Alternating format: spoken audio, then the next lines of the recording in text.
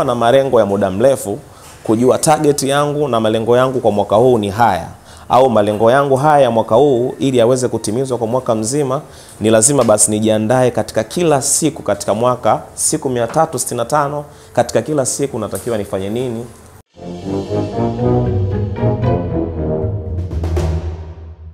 Habarini ya muda huu jamani.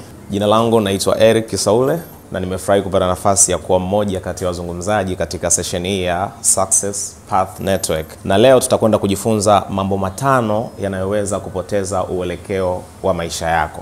Kwa hiyo kama una kalamu, una daftari, unaweza ukaanza kutake note ili tuweze kujifunza kwa pamoja. Unaweza nikarudia kusema mambo matano yanayopoteza mwelekeo katika maisha yako.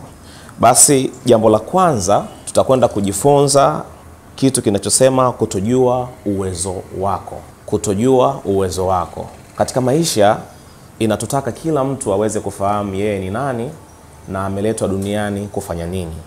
Na utakapojua wewe ni nani na umeletwa duniani kufanya nini, kutakupa nafasi ya kujua uwezo wako na kutakunyima uhuru wa kutaka kufanya kila kitu ambacho kitapelekea kupoteza uelekeo wako katika maisha. Kwa hiyo kalili hilo na uandike vizuri. Inatakiwa kama mwanadamu kwa umri wa kijana uliofikia uweze kujua uwezo wako, ili uweze kukusaidia kujua ni uelekeo upi inabidi ufate, ili ukunyime nafasi kubwa ya kupoteza uelekeo katika maisha yako. Na pointi ya pili ambayo tutaenda kujifunza ni kuweza kutokufuata kila fursa. Kutokufuata kila fursa. Ukiwa mwanadamu, ukiwa una akili timamu na unajua uelekeo wako wa maisha ni huu na unajua uwezo wako, utakupa nafasi nzuri ya kutokufuata kila fursa. Lengo tunalojifunza ni wewe usipoteze uelekeo wako. Sasa ukishajua uwezo wangu mimi ni kucheza mpira, tunajua kabisa fursa zote zitakazohusu mpira ndio zitakazokuwa zinakuhusu wewe. Kama unaweza kuwa mchambuzi wa mpira, well and good. Kama wewe ni mchezaji mpira, pia ni safi. Kama unaweza kutangaza kipindi cha mpira, hiyo ni nzuri kabisa. Ila ukitaka kutamani kila fursa ambayo imetokea, wewe uwezo wako ni kucheza mpira, ukasikia jamani anatafuta muimbaji huko, ukaenda kuimba, ni tayari umeshaanza kupoteza uelekeo katika maisha yako. Kwa cha kwanza nilisema jua uwezo wako, lakini cha pili usifuate kila fursa. Japo fursa ile moja tu ya kuifuata ni ile ambayo inaendana na kile ambacho umekichagua au kile ambacho una uwezo wa kukifanya. Na jambo la tatu ambalo watu wengi linawafanya waweze kupoteza uelekeo katika maisha yao ni kukosa kufahamu malengo yao ya muda mrefu. Kufahamu au kujiwekea. Ukishakuwa mwanadamu, ushafahamu uwezo wako, umeshajua fursa ambazo natakiwa mimi kuzifuata kuanzia sasa ni zinazohusu niche hii ambayo mimi nimeamua kuifuata, basi jambo la tatu hakikisha unaweka malengo yako ambayo yatakufikisha katika mafanikio yako.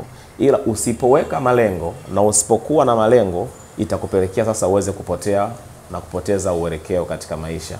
Hauna malengo, leo umeamka ulikuwa hujui unaenda wapi, nikikupigia simu bwana twende kwa Esden nisindikize, utakuja kunisindikiza kwa sababu haukuwa unajua ratiba yako ya leo imekaaje, wala haukuwa unajua uelekeo wako umekaa vipi. Kwa hiyo usipokuwa na malengo ya muda mrefu, kujua target yangu na malengo yangu kwa mwaka huu ni haya, au malengo yangu haya mwaka huu ili yaweze kutimizwa kwa mwaka mzima, ni lazima basi nijiandae katika kila siku katika mwaka, siku 365, katika kila siku natakiwa nifanye nini ili niweze kutimiza malengo yangu. Sasa usipojua na usipoweka malengo yako, utakuwa hauna uelekeo mzuri katika maisha na mwisho wa siku itakusababishia kutokutimiza ndoto zako.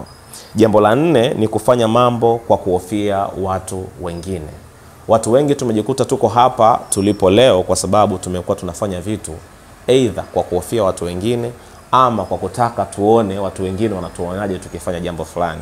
Yawezekana unachokifanya sasa hakina faida kwa ujumla katika maisha yako, au unawezekana unachokifanya sio kitu ambacho ulipanga kukifanya au unachokipenda, ila maybe kwa kuwa watu wanakusifia au kwa kuwa unahofia nisipoacha au nikiacha kufanya watu watanionaje, unajikuta unafuata uelekeo ambao haukuwa wako au uelekeo ambao sio sahihi na uendani kabisa na ndoto zako na malengo yako uliyojiwekea.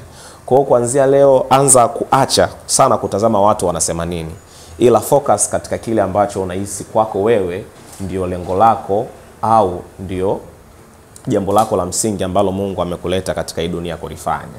Kwa hiyo ukifuata kile ambacho umejipanga nacho, umeacha kusikiliza watu wengine, itakusaidia zaidi kutimiza malengo yako na kuwa na uelekeo rasmi kuliko kupoteza uelekeo kwa sababu unahofia watu wengine.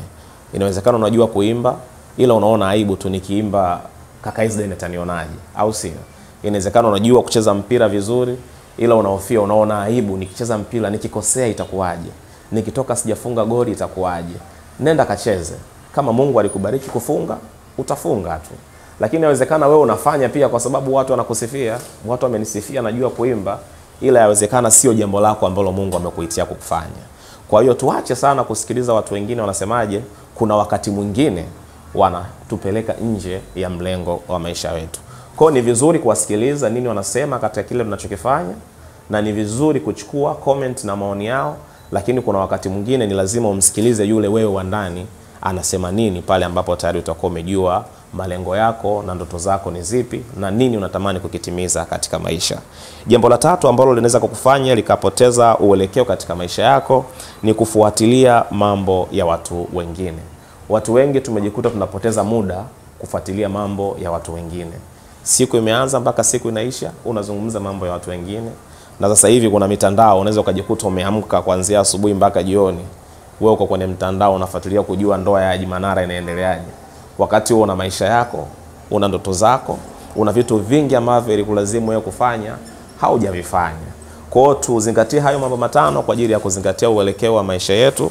Real quick naomba nirudie. Jambo la kwanza nilisema kutokujua uwezo wako, kufuata kila fursa, kukosa malengo ya muda mrefu, kufanya mambo kwa kuhofia watu wengine na kufuatilia mambo ya watu.